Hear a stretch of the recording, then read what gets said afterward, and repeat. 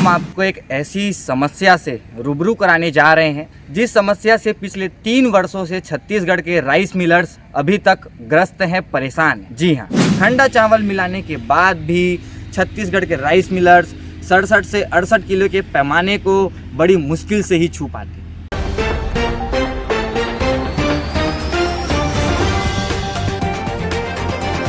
नमस्कार, आप देख रहे हैं दबंग राजधानी और मैं हूं आयुष वैष्णव। जैसा कि आप सभी जानते हैं, छत्तीसगढ़ के किसानों का सबसे बड़ा पर्व जिसे हम धान खरीदी महोत्सव के नाम से जानते हैं, उसका प्रारंभ 14 नवंबर 2025 से हो चुका है। अब प्रक्रिया ये होती है कि सरकार किसानों से धान लेकर राइस मिलों में उसे कस्टम करने के लिए भेजती है। फिर कस्टम होकर वही चावल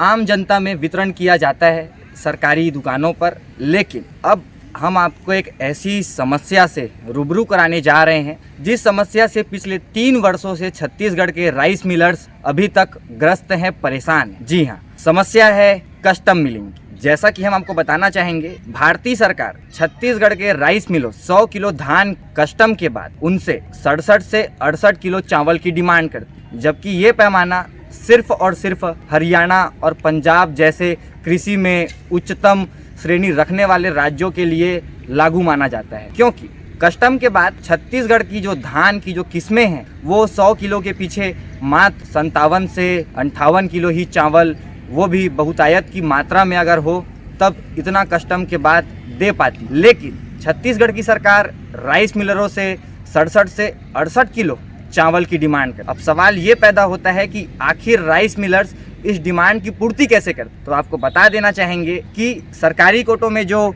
खंडा और कनकी वाला चावल कई बार आम जनता को जो मिलता है सरकारी कोटों से, उसी खंडे और कनकी चावल को ही मिलाकर राइस मिलर्स 67 से 68 किलो चावल के पैमाने को पूरा कर पाती, जो उनकी मजबूरी को दर्शाता है। जैसा कि अभी हमने आपको बताया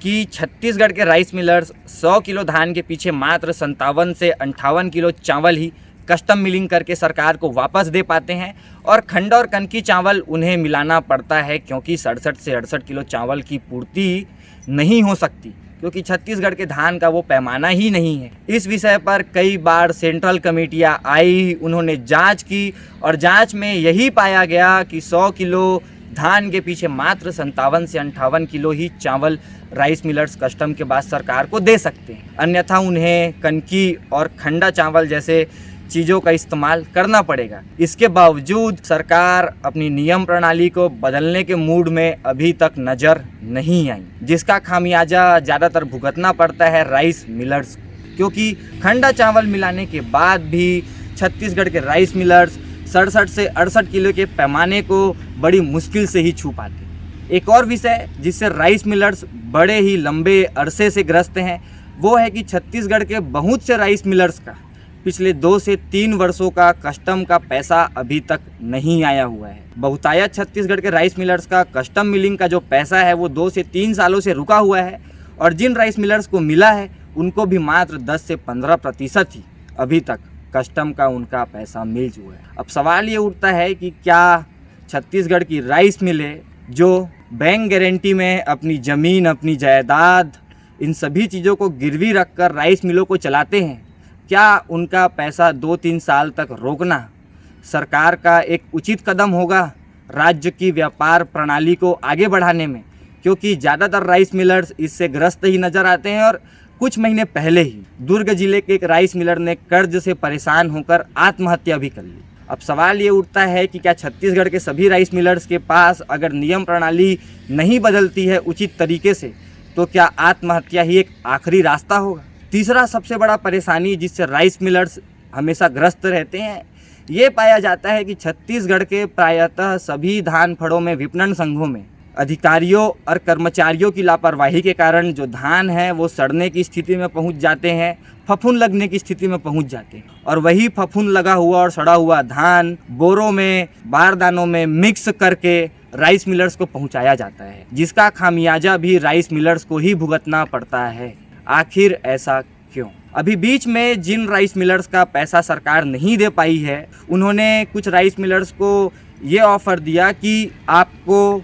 पैसे के बदले धान दिया जाएगा, उसी धान से आप अपना मुनाफा करके जो अपने कस्टम मिलिंग का पैसा है उसे आप प्राप्त कर सकते हैं। लेकिन दूसरी ओर जब कुछ राइस मिलरों में उनके पास मार्केट रोलिंग के लिए सरकार की ओर से आने वाला पैसा नहीं आ पाता है, तो वो लोग मजबूरीवश सरकारी धान को एक मिल से दूसरे मिल में रोलिंग के पर्पस से, रोलिंग के उद्देश्य से जब भेजते हैं तो सरकारी अधिकारियों के द्वारा उन्हें पकड़ा जाता है, उनके ऊपर चालान कसा जाता है, 10 प्रकार के दंड एवं कार्रवाई की जाती है। अब सवाल ये उठता है कि कुछ परिस्थितियों में सरकार खुद राइस मिलर्स को धान रखने के लिए बोलती है कस्टम मिलिंग के पैसे के एवज में, लेकिन वहीं दूसरी ओर जब राइस मिलर्स अपनी परेशानी के कारण इसी व्यवस्था को करते हैं, क्योंकि जब सरकार उनसे चावल का डिमांड करती है तो वो चावल का डिमांड पूरा करते हैं सरकार से, लेकिन जब वो अपने मार्केट को चलाने के लिए, अपने राइस मिल को चलाने के लिए अपने धान को दूसरे मिलर्स को या फिर किसी अन्य ट्रेडिंग या फिर किसी अन्य सोर्स में जब वो डालते हैं, तो फिर सरकार के द्वारा, अधिकारियों के द्वारा उनके ऊपर नकेल कसी जाती है, उनके ऊपर दंड एवं कार्रवाई की जाती है। तो ये किस प्रकार से सही है छत्तीसगढ़ के राइस मिलरों के लिए, ये मेरा सबसे बड़ा सवाल। आप बने रहिए दबंग राजधानी के साथ। मैं आयुष वैष्णव।